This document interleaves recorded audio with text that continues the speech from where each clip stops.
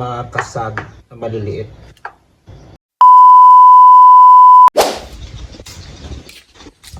So, ayan guys, at dahil hapon na, so ang gagawin naman natin ngayon ay syempre yung gawaing kusina pa rin. So, maglilinis muna tayo ng isda na dumating kanina. Ipapakita ko sa inyo. Tara, samahan niyo ako. So at ang kagaya nga ng sinabi ko kanina, meron tayong isda na lilinisan ngayon na meron siyang maliliit na alimasag. So ito guys.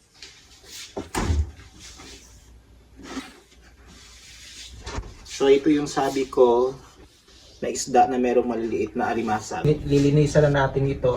Ipitin natin yung mga dito. Yung mga gilid-gilid niya kasi matinik-tinik po yan eh. So gugupitin natin yan. Yan. So ito yung mga kasag na maliliit. Yan. So ito din. Ito din siya.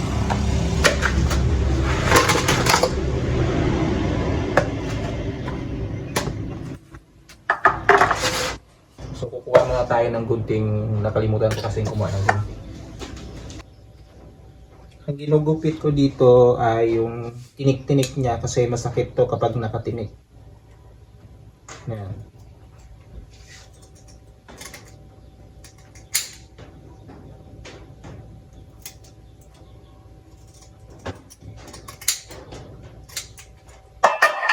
Tapos hiwain, maliliit kasi ito guys eh.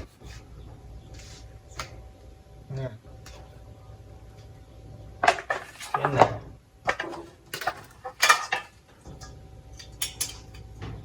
Tapos ito pa.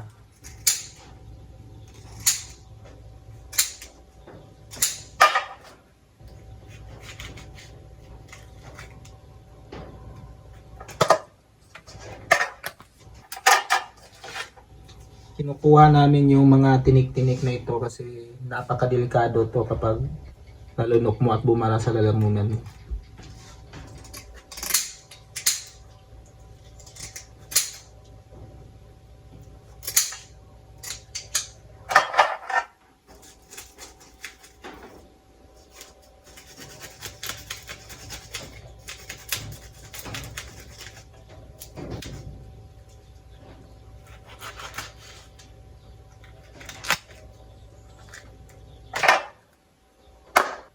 Ulam na tayong luto ngayon guys kasi mahirap mag-shoot ng vlog. So ito muna ang vlog natin ngayon, yung paglilinis. Paglilinis ng mga maliliit na isda. Hinatid lamang to sa amin kanina kasi dito sa amin guys meron kasing nanguhuli ng lalambat. Naglalambat ba?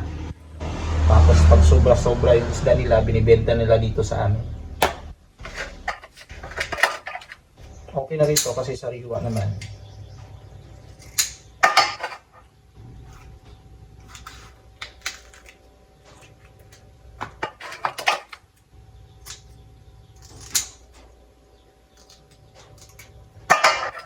Medyo matagal nga itong ganitong proseso. Pero masisigurado naman yung safety mo kapag kakain ka ng isda. Pwede mo lang kung sasadyain mo talagang lunukin yung tinik. O sasadyain mong kainin yung nasa gilid ng isda. Hindi talaga safe.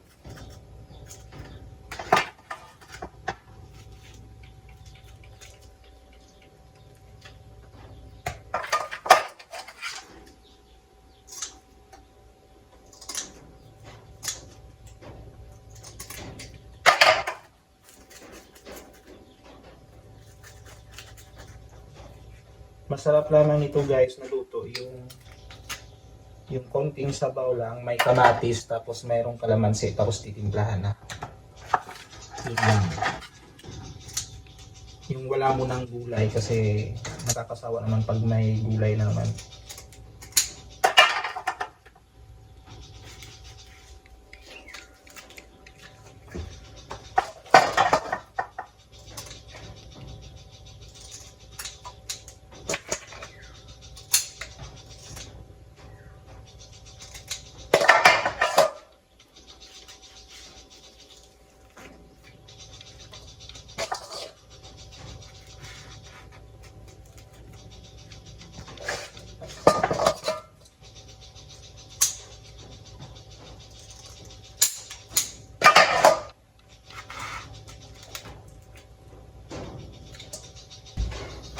So ayan, natapos na natin hugasan yung linisan yung isda. Natapos natin linisan. So ito naman yung linisan natin.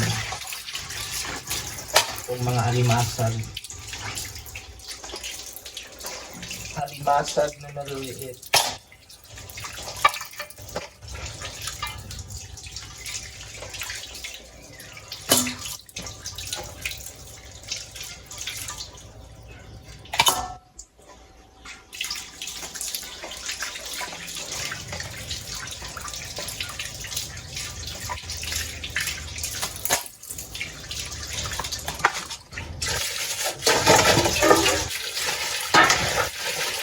Kailangan talaga natin linisan ng maayos bago natin ilagay sa refrigerator. Para kapag magluto na tayo, isang hugasan na lang.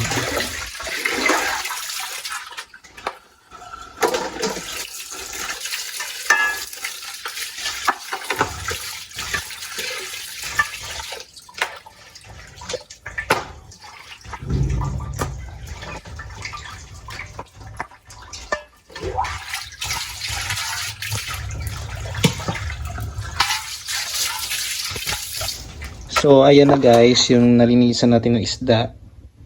Yan, masarap yung sabaw nito kapag sinabawan, tapos lalagyan lamang ng konting kalamansi, tapos kamatis, sibuyas. So yun pa. Pwede din itong ihalo sa tinula kasi presko naman.